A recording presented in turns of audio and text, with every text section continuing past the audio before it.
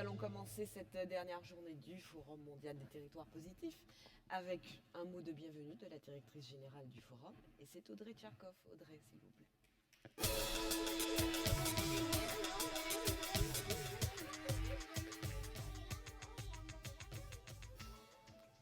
Bonjour à toutes et bonjour à tous. C'est avec beaucoup de joie que je vous retrouve à nouveau ce matin. Cette aventure pleine de promesses que nous vivons maintenant depuis jeudi continue encore aujourd'hui. Le LH Forum hier a mis en lumière l'importance de l'engagement individuel et de l'engagement collectif en montrant des exemples concrets de villes positives qui ont su prendre en compte les enjeux du long terme, en montrant des exemples concrets d'entreprises qui ont su remettre l'humain au cœur de leur système. Cette journée d'hier a été une opportunité formidable pour prendre de la hauteur, pour penser, pour échanger, pour partager et pour imaginer le monde de demain. Ce monde que nous serons fiers de laisser à nos enfants, à nos petits-enfants. Et nous en avons parlé évidemment, les défis qui s'offrent à nous sont nombreux, ils nous concernent tous. Nous avons eu notamment la chance d'échanger avec Jean Jouzel sur l'urgence de la transition écologique, avec notre ministre de l'Éducation, Jean-Michel Blanquer. Nous avons parlé d'égalité des chances et de comment encourager la réussite pour tous les enfants. Nous avons entendu des enfants, justement, présenter leurs projets positifs, ces projets qu'ils ont développés à leur échelle, sur leur territoire, des étudiants aussi. Des citoyens sont venus poser des questions. Nous avons entendu Anne Hidalgo, nous avons entendu Alain Juppé, nous avons entendu Rob Hopkins donner des réponses et bien d'autres. De l'environnement à l'éducation, au nouveau modèle de société, à une finance plus éthique, à un capitalisme plus durable. Oui, les défis sont nombreux, mais ils ne sont pas insurmontables. Notre mission ici, au LH Forum, c'est de donner la parole aux acteurs du changement et de mettre en lumière cette révolution positive qui a commencé aux quatre coins de la planète. Tous ensemble, nous pouvons réparer ce qui peut l'être. Nous pouvons construire ce qui n'existe pas encore. Nous devons être des lanceurs d'alerte, des éveilleurs de conscience en dénonçant, en proposant, mais aussi et surtout en agissant. Alors vous vous apprêtez à découvrir encore aujourd'hui des hommes et des femmes qui ont eu de l'audace, qui ont eu du courage, de la résilience, de l'humanité. Ces héros positifs du LH Forum qui nous prouvent qu'un autre monde est possible. Avant de leur laisser la parole et de vous laisser continuer cette aventure, j'aimerais partager avec vous cette citation de Margaret Mead. « Ne doutez jamais qu'un petit groupe d'individus conscients et engagés puisse changer le monde. C'est d'ailleurs toujours comme cela que ça s'est passé. » Merci et bon forum. Merci beaucoup. Merci beaucoup Audrey Tcherkov, directrice générale du LH Forum. Alors il était présent hier et en écoutant les différents maires qui étaient invités toute la journée d'hier et qui sont intervenus sur scène, il a, m'a-t-il dit, songé que, eh bien finalement, dans le monde entier, les maires étaient confrontés aux mêmes difficultés malgré des contextes parfois différents. Je vous demande d'accueillir pour sa communication François Albert Amicia, qui est ministre de la Ville de Côte d'Ivoire.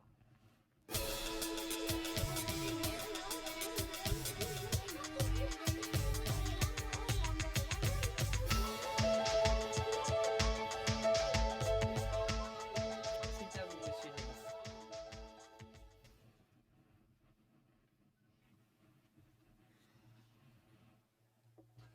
Merci bien, cher Audrey.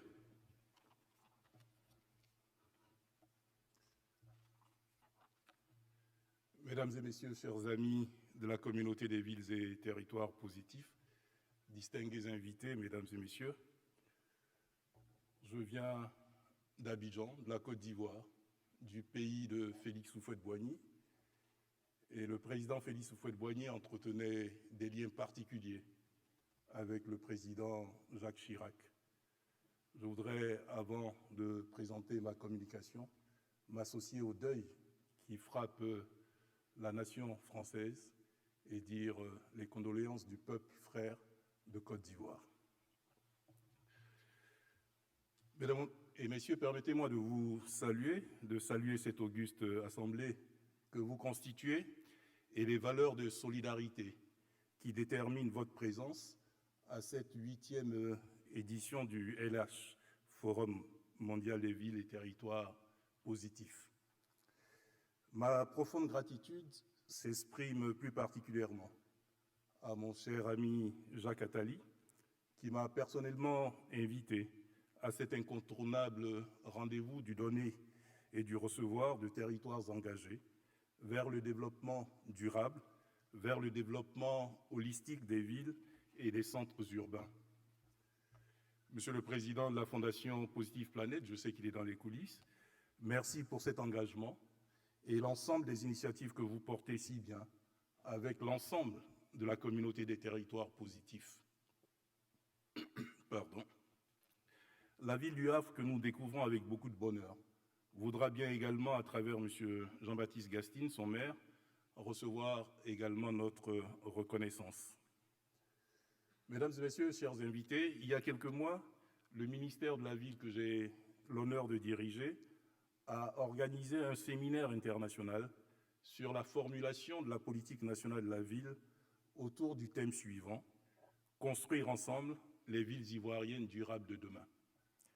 C'est cette même ambition qui a présidé au forum qui nous réunit depuis quelques jours et qui prospère depuis une dizaine d'années, à savoir construire une vision inclusive dans le cadre du renouvellement et du continuum urbain, devenu un défi partagé, un challenge non négociable, car étant l'aspiration légitime des urbains, des citadins, c'est-à-dire celle de plus de la moitié de la population mondiale. Selon les Nations Unies, les villes sont au cœur de la création de richesses et génèrent plus de 70% du produit intérieur brut mondial. Ce sont ces zones ou leurs périphéries qui abritent la majorité des industries et des entreprises, qui constituent en même temps des sources d'emploi pour les citadins. Sur le continent africain, les études indiquent qu'à l'horizon 2035, l'Afrique doublera sa population pour atteindre pratiquement les 2 milliards d'habitants. Cette population, comme sur tous les continents, sera majoritairement urbaine. La rapidité avec laquelle les villes africaines grandissent, du fait de l'augmentation de la population, place la question de l'efficacité des politiques publiques sectorielles de développement sur le continent dans leur rapport avec le long terme. De manière générale et au-delà de nos vœux, l'action publique des 30 dernières années, notamment celle en direction des villes, n'a jamais réussi à faire de la ville africaine une ressource d'irrigation rassurante des indicateurs du développement humain. Au contraire, la ville africaine se présente de plus en plus, aujourd'hui comme un facteur d'accélération de l'entropie sociale, économique et environnementale sur le continent. S'il est vrai que l'on continue de se satisfaire des fonctions traditionnelles de la ville, notamment celles de pourvoyeuse d'emplois, celles de concentration des meilleurs services et prestations publiques et privées, il n'en reste pas moins que la ville africaine constitue également le premier terreau de déperdition des résultats des politiques publiques en faveur des populations. À côté du phénomène des mégalopoles difficilement corrigibles, les villes africaines présentent une concentration de nouvelles disparités sociales, avec l'apparition de nouvelles entraves à une positivation de l'urbain. Les principales aspérités de ces phénomènes sont ce que vous connaissez bien: l'augmentation des habitats insalubres et des bidonvilles, vous avez l'habitude de voir cela à la télévision, la violence urbaine et les homicides, le décrochage scolaire et la délinquance juvénile, le phénomène de la drogue, de la prostitution, les filières et réseaux clandestins d'immigration et trafics humains, et cela nous le voyons se multiplier depuis quelques années, la traversée du désert, la traversée de la Méditerranée qui aujourd'hui est devenue le plus grand cimetière des populations africaines, sans oublier le phénomène du chômage, pour ne pas allonger la liste. Toutefois, il est vrai que ces problèmes sont l'objet d'une prise de conscience et d'intervention des pouvoirs publics depuis plusieurs décennies. Les faibles résultats de ces actions entreprises dans le cadre des politiques publiques tiennent parfois au caractère disparate et atomisé de nos projets. Ce tableau synthétique à lui seul nous permet de comprendre l'attention particulière, concertée que chaque État doit avoir pour ses villes. En effet, la population vivant en ville a besoin d'accéder aux services urbains et sociaux de base. Parce que si l'économie urbaine ne se développe pas au même rythme que l'afflux des demandeurs d'emploi, la pauvreté pourrait avoir de graves conséquences sur la santé et la qualité de vie d'une grande partie de la population. La croissance démographique en milieu urbain confronte donc les gouvernements à de nombreux défis sur les plans économiques et financiers. Elle appelle à des actions structurantes et pointues afin de faciliter la vie dans nos villes. Une population multiforme soumise à des fortes pressions liées à l'évolution culturelle, aux disparités socio-économiques, menacée par les extrémismes, enclin au chômage, exacerbée par le réchauffement climatique, dominée par un capitalisme aveugle et embastillée par des politiques sectaires. De mon point de vue, cette situation effrayante, heureusement, n'est pas une fatalité, mais une opportunité qui nous invite à inventer de nouveaux modèles de gouvernance, de nouvelles centralités de nos territoires, une nouvelle distribution de rôles, où la cité est dirigée avec l'avis et la participation prépondérante du citoyen, du jeune, de la femme, où l'égalité des chances n'est plus un refrain, mais une fin, où le contrôle démocratique justifie la légitimité donnée aux gestionnaires. Ceux qui étaient là hier en fin d'après-midi, lors de la dernière session, ont pu entendre Mme Anne Hidalgo, maire de Paris, et M. Alain Juppé, ancien maire de Bordeaux, qui ont parlé du budget participatif, de la concertation, qui s'impose aujourd'hui aux gestionnaires de cités que sont les maires, que sont les présidents de région. Rien ne peut se faire contre les populations. Dans un passé assez récent, les populations élisaient une équipe et puis après ne leur demandaient plus de comptes jusqu'aux prochaines échéances électorales. Aujourd'hui, les populations sont beaucoup plus exigeantes. Elles veulent suivre, elles veulent contrôler, elles veulent savoir, et d'où la nécessité de la concertation, d'où la nécessité de la redevabilité. En effet, il est urgent d'opposer ou de proposer la résilience citoyenne urbaine à la résignation, qui est une perte de confiance à la politique publique citoyenne.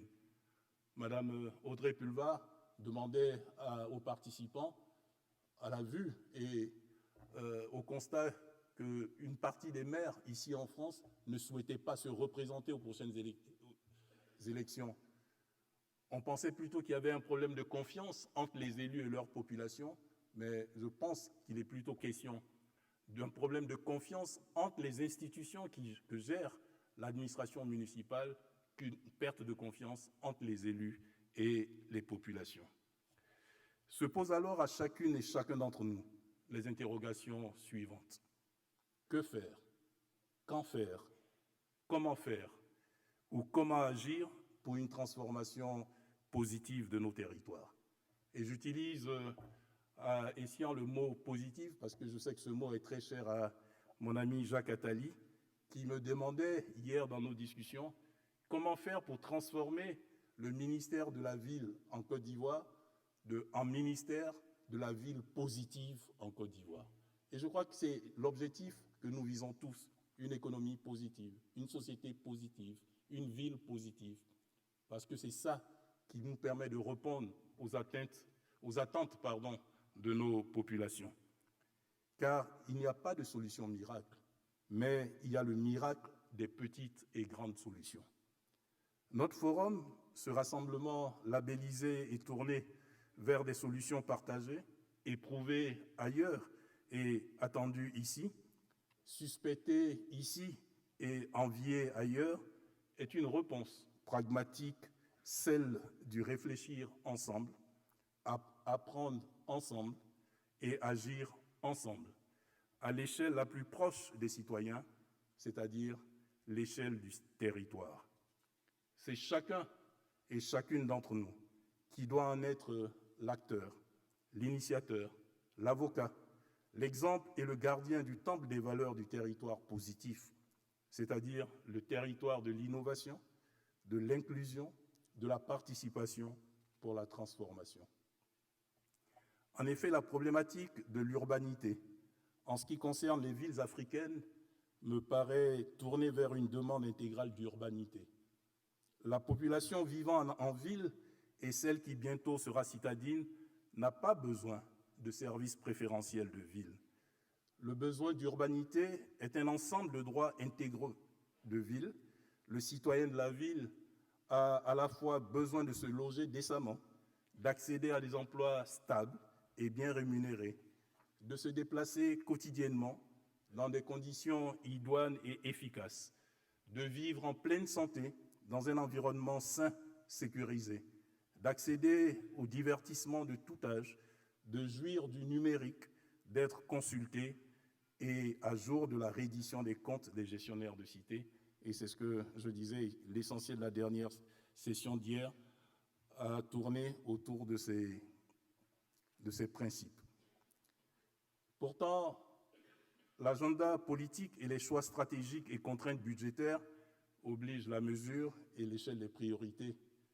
Ici, peut-être cela peut se comprendre, mais chez nous en Afrique, il n'y a pas de priorité. Tout est prioritaire. Quand un maire est confronté aux problèmes d'éducation, de santé, d'environnement, de manque d'infrastructures sportives, de manque d'infrastructures culturelles, tout devient prioritaire. Et en même temps, les moyens, les ressources en matière humaine, en matière financière sont plutôt rares. Ainsi, devant l'injonction d'un tout devenant nécessaire, la raréfaction des ressources traditionnelles de l'État-providence, une voie s'offre à nous. Convertir les aspérités de nos villes en opportunités d'avenir. Cette opportunité, à côté du cadre et du processus de convergence et de mise en cohérence des politiques publiques étatiques, devra, je pense, être territoriale et citoyenne, avec une mutualisation des capacités des acteurs non souverains que sont les entreprises, les associations et autres acteurs légitimes locaux. Par sensibilité personnelle et observation de la pratique de gestion et des formes de résilience sociale réussies, la femme devra, de manière formelle, investir l'espace de centralité de la ville de demain, et plus encore celle africaine. Je me permets de saluer la présence de Madame Michèle Saban, présidente du R20, qui agit en Côte d'Ivoire auprès de certaines collectivités territoriales en vue de l'autonomisation des femmes. Car éduquer une femme, c'est préparer la nation à l'éducation. Et il nous faut, nous gestionnaires de cité, nous décideurs, mettre l'accent sur la femme, d'autant plus qu'en Afrique, dans nos villes et villages, les femmes sont largement majoritaires.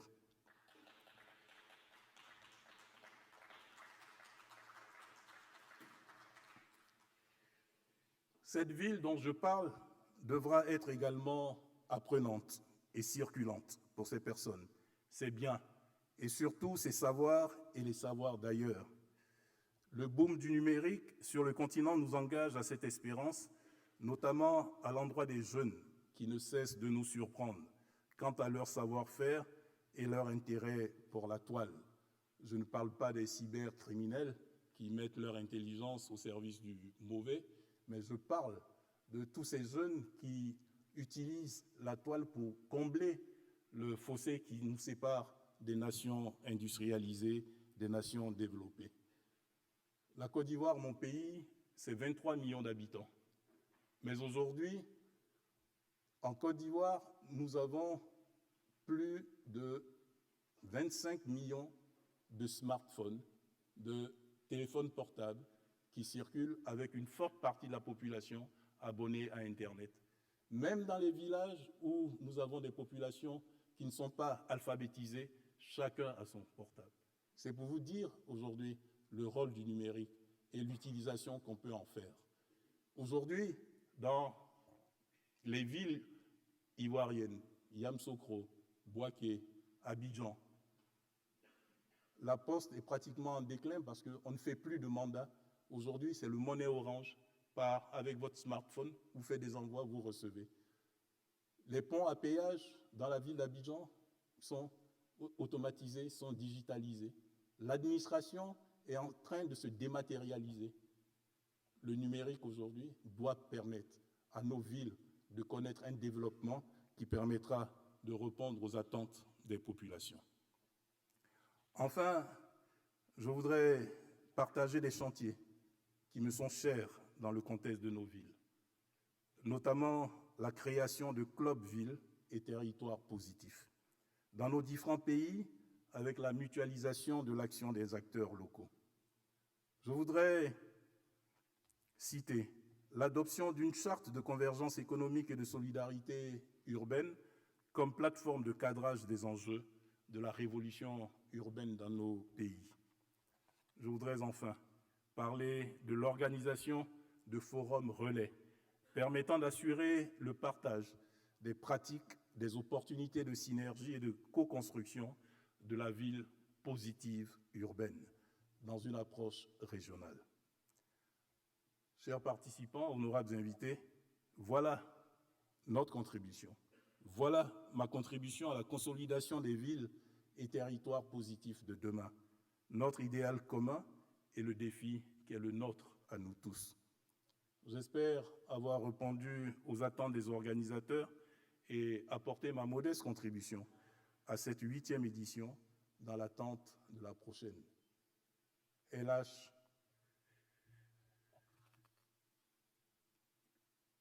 Programme, pourquoi pas demain Abidjan, pourquoi pas demain Dakar, pourquoi pas demain Bamako. Je pense que cela peut se faire. Le Havre a donné l'exemple, c'est un bon exemple. Il nous appartient de pouvoir suivre cet exemple. Puissent donc nos efforts conjugués concourir à l'avenir d'un node urbain participatif, cohésif, novateur et citoyen. Je vous remercie pour votre aimable attention. Merci. Merci beaucoup, cher François-Albert Amicia. Ouais, moi je suis tout à fait d'accord. Alors ça va pas être le LH Forum, ça va être le LA Forum, par exemple. Vous restez avec moi et Jacques nous a rejoints. Audrey Tcherkov va nous rejoindre également, puisque vous allez signer une convention tous les deux.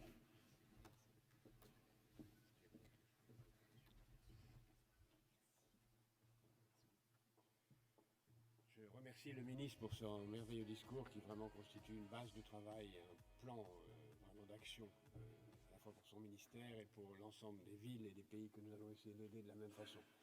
Il est vraiment une source d'inspiration. Merci, monsieur. Merci.